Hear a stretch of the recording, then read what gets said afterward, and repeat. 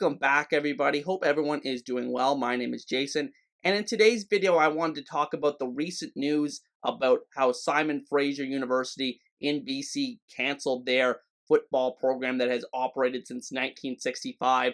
So today, I wanted to go over the decision, go over the history of the program briefly, and just talk about what went into it and what could happen in the future. So first, I wanted to go over the timeline and a brief history of the program. So starting in 1965 and all the way until 2001, it was part of the NAIA, which is very hard to say. Basically, that is what used to be Division II for college football, as I understand.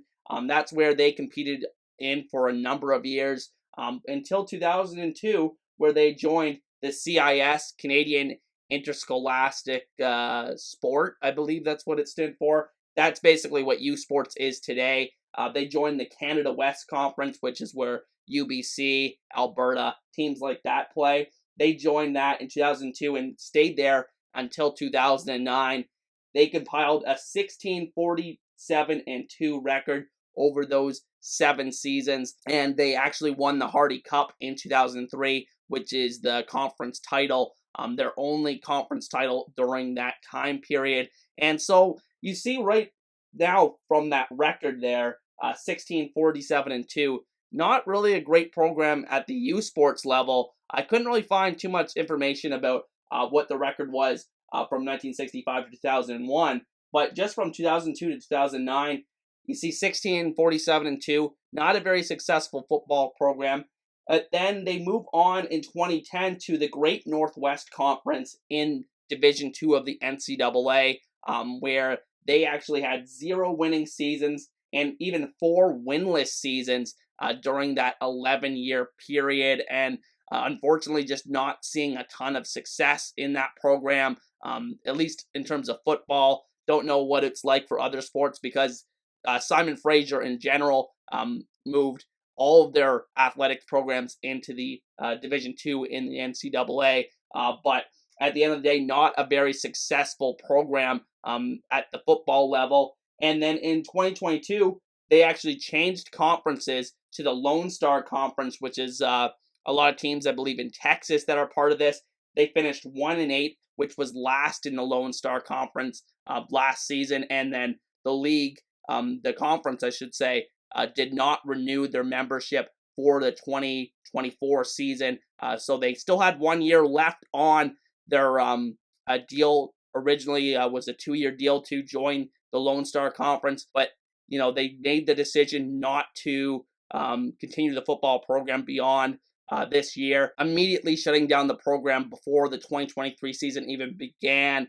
So a lot of people really blindsided by this. The decision was made that it was too complex to potentially join U Sports again, like they did from 2002 to 2009. But there's some bylaw that U Sports has where it's like you can't be in 2 conferences at once. You can't just be in one conference for one sport and then another conference for all your other sports. You can't do that. So, that's a part of the reasoning that Simon Fraser has used here to defend their decision not to continue the football program and to disband it. Operated, like I said, since 1965.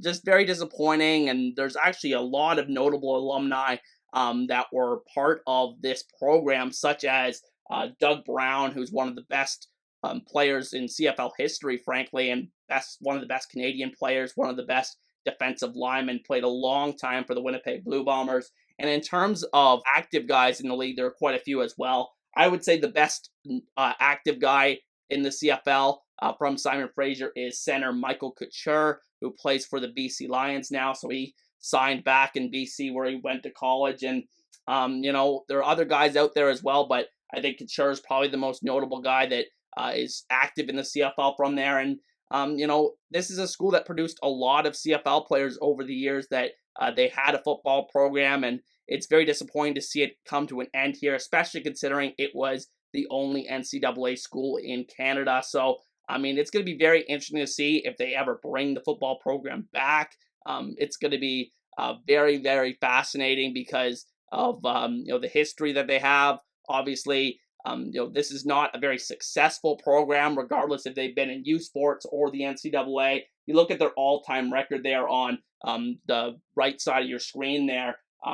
186 wins, 321 losses, and 2 ties all time. Only the one conference title, which was in 2003. They went 13-80 in the NCAA in conference play, which is pretty putrid. But unfortunately, another thing that they lose with this is the Shrum Bowl, which is a rivalry between SFU and UBC, which has taken place 35 times. They're about even all time in terms of all-time record. I think it's like 17, 17, and 1 or something like that.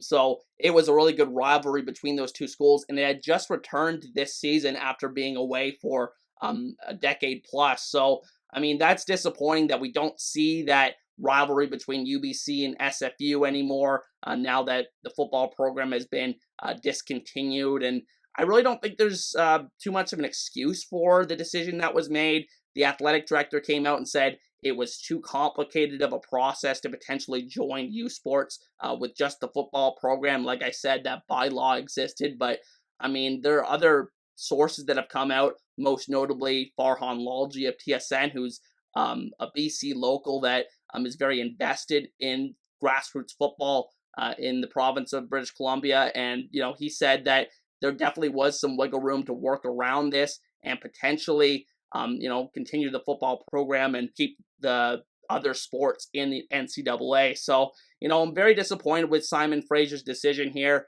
I mean, I think in the future, maybe this program comes back and maybe there is a push to just make, SFU join U Sports for football only. But we'll have to see what happens in the coming months here. It's going to be very crucial to see if this program gets saved, if the decision gets reversed. But I just wanted to make a quick video about that today, ladies and gentlemen, and talk about what's going on. I'm not the most well-versed in terms of the history of the program or anything. I just, did a quick little bit of research here, but that's just the gist of what's going on with this situation. And I hope you guys give me your thoughts down in the comment section. And with that said, hope you guys have a great day, and I'll see you guys next time. Peace.